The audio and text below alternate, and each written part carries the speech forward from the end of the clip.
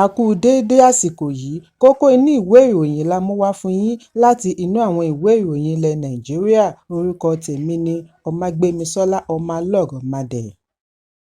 Ẹlẹ́wọ̀n 12 ni a gbọ́ wípé wọ́n sá kúrò nínú ọgbà ẹ̀wọ̀n Medium Security Custodial Center ní Kòtòǹkàfé, ìpínlẹ̀ Kogi lówùúrọ̀ kùtùkùtù òní bí wọ́n ti fọ́ ọgbà ẹ̀wọ̀n. Nígbà tí ó fìdí ìṣẹ̀lẹ̀ yìí múlẹ̀, agbẹnusọ fún àjọ Abubakar Umar ní gbogbo àwọn tí wọ́n sá lọ wọ̀nyí ni wọ́n ń dúró de ìgbẹ́jọ́, ṣùgbọ́n wọ́n ti rí 2 mú padà, àwọn sì ti ń ṣiṣẹ́ takuntakun láti rí àwọn 10 yòókù mú. Umar kérora wípé wọ́n ṣekú pa òṣìṣẹ́ ọgbà ẹ̀wọ̀n kan níbi ìgbìyànjú àti sá kúrò nínú ọgbà ẹ̀wọ̀n.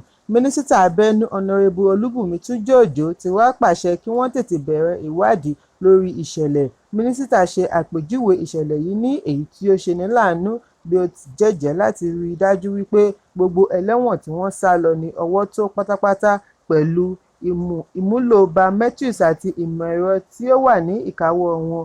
Gẹ́gẹ́ bí àtẹ̀jáde tí agbẹnusọ mínísítà Babátúndé Àlàó ṣe fi léde, wọ́n ti darí Acting Controller General fún NCO Sylvester Ndidi kí ó ṣe àbẹ̀wò sí ọgbà ẹ̀wọ̀n Kogi láti wo bí nǹkan ṣe lọ sí, kí ó sì ṣe àkọọ́lẹ̀ rẹ̀ lẹ́kùnrẹ́rẹ́ fún ìgbésẹ̀ láti mọ ohun tí ó yọrí sí ìṣẹ̀lẹ̀. Ẹ̀kúnrẹ́rẹ́ ìròyìn yìí wà nínú ìwé ìròyìn This Day tó jáde lónìí.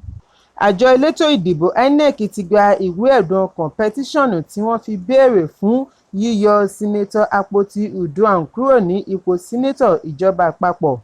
Ìpàdé sì ti ń lọ lọ́wọ́ lórí ìgbésẹ̀ yìí. Bí a kò bá gbàgbé wípé Àpótí Uduaghan ni ó ń rọ́kúnlé lọ́wọ́ fún oṣù 6 lórí ẹ̀sùn ìbálòpọ̀ tí ó fi kan ààrẹ ilé ìgbìmọ̀ Godswill Akpabio. Ọjọ́ Ajé ni àwọn ọmọ ẹgbẹ́ constituency rẹ̀ ya lọ olú ilé-iṣẹ́ àjọ INEC ní Àbújá, níbi tí wọ́n ti ń béèrè fún ìgbésẹ̀ ní kíákíá. Nínú lẹ́tà ẹ̀dùn ọkàn tí wọ́n fi ránṣẹ́ sí àjọ INEC ní ọjọ́ 21 oṣù kẹta ni wọ́n ti ní àwọn kò ní ìgbàgbọ́ nínú rẹ̀ àti ṣe aṣojú wọn. Wọ́n ní kí INEC kéde wípé ààyè rẹ̀ ti ṣófo. Níbi ìfọ̀rọ̀wánilẹ́nuwò lẹ́yìn tí wọ́n ṣe àgbékalẹ̀ ẹ̀sùn yìí ni olórí ẹgbẹ́ Ọmọlé Charity ti ní àwọn làwọn ń dìbò yàn, ṣùgbọ́n ní báyìí àwọn kò fẹ́ mọ́ nítorí ìtìjú tí ó kó bá agbègbè, ilé aṣòfin àti orílẹ̀-èdè lápapọ̀. Àwọn kò sì fẹ́ kí àwọn má ní aṣojú. Wọ́n ní 488,000 ní àwọn tí ó dìbò yàn. Ní báyìí ó lé ní 250,000 àwọn tí ó bu ọwọ́ lù kí wọ́n yọ ọ́ nípò. Ẹ̀kúnrẹ́rẹ́ ìròyìn yìí wà nínú ìwé ìròyìn This Day tó jáde lónìí. Ìpòrúurú ọkàn ti bẹ́ sílẹ̀ ní ìpínlẹ̀ Kano bí ìjà agbára lórí ipò Emir ṣe gbọ̀nà àrà yọ.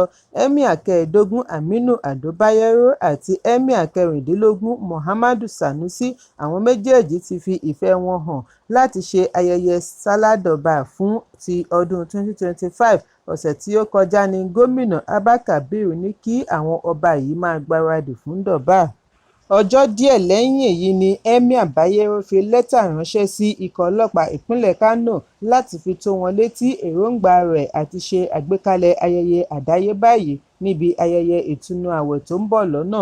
Nínú lẹ́tà tí akọ̀wé Bayero Abdullahi Haruna Kwaru bu ọwọ́ lù ni ó ti ní ayẹyẹ yìí yóò wáyé ní ìparí oṣù kẹta ọdún 2025 pẹ̀lú àmì Awa Salah, Awa Daushe àti Awa Nasarawa tí ó máa wáyé ní ọjọ́ 1, ọjọ́ 2 àti ìkẹta oṣù Shawwal, kí eré ìbílẹ̀ tó tẹ̀lé ní ọjọ́ 4.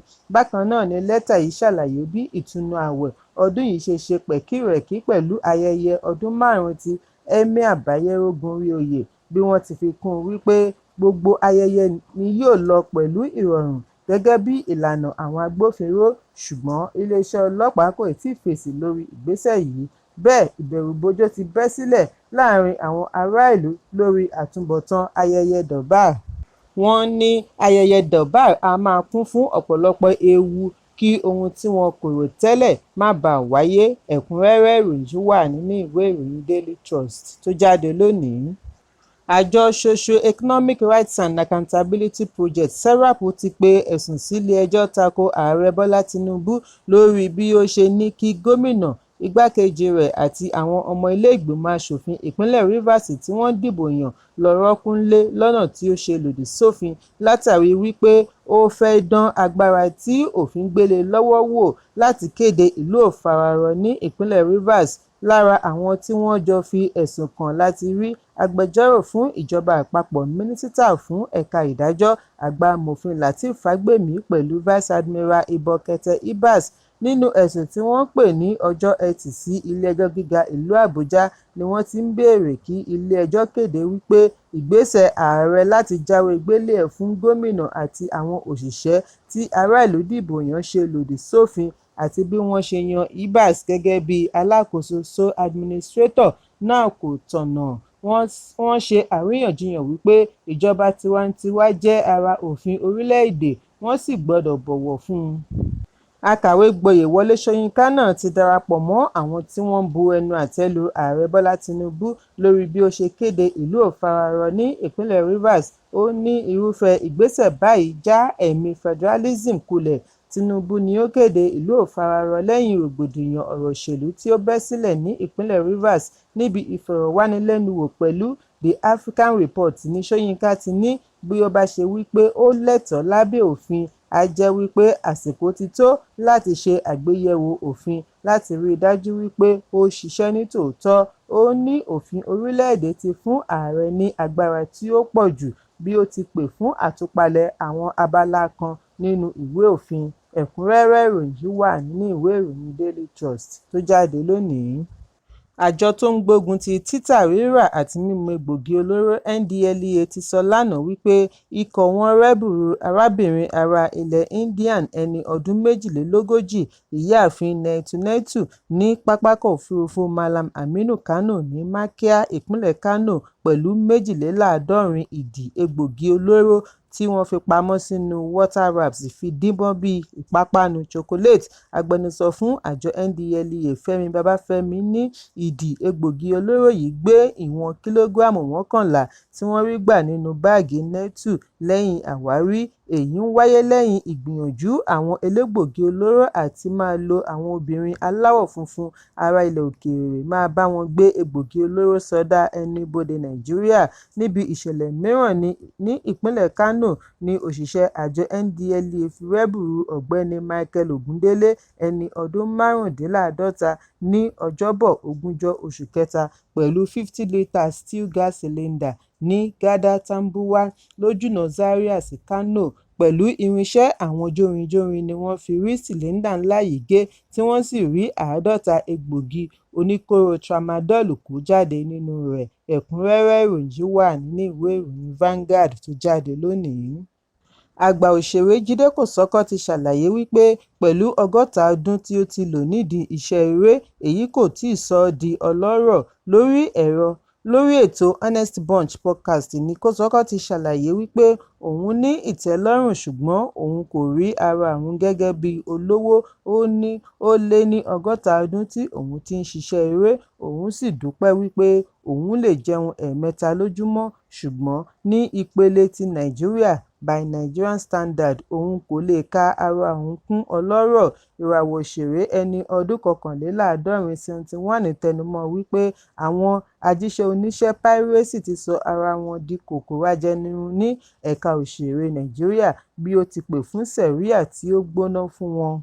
Kòsọ́kọ́ ní sẹ̀ríà fún ẹ̀ṣẹ̀ yìí kò gbópọn tó, kí wọ́n túbọ̀ ṣe òfin tí yóò le ju èyí tí ó wà nílẹ̀ lọ.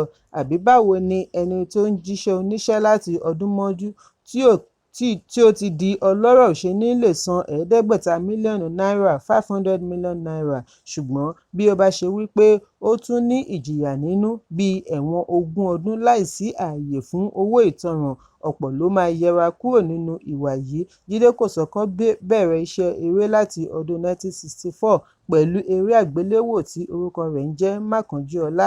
Láti ìgbà náà ni ó ti bá wọn kópa nínú ẹgbẹ̀lẹ́gbẹ̀ eré ní èdè Yorùbá àti Gẹ̀ẹ́sì.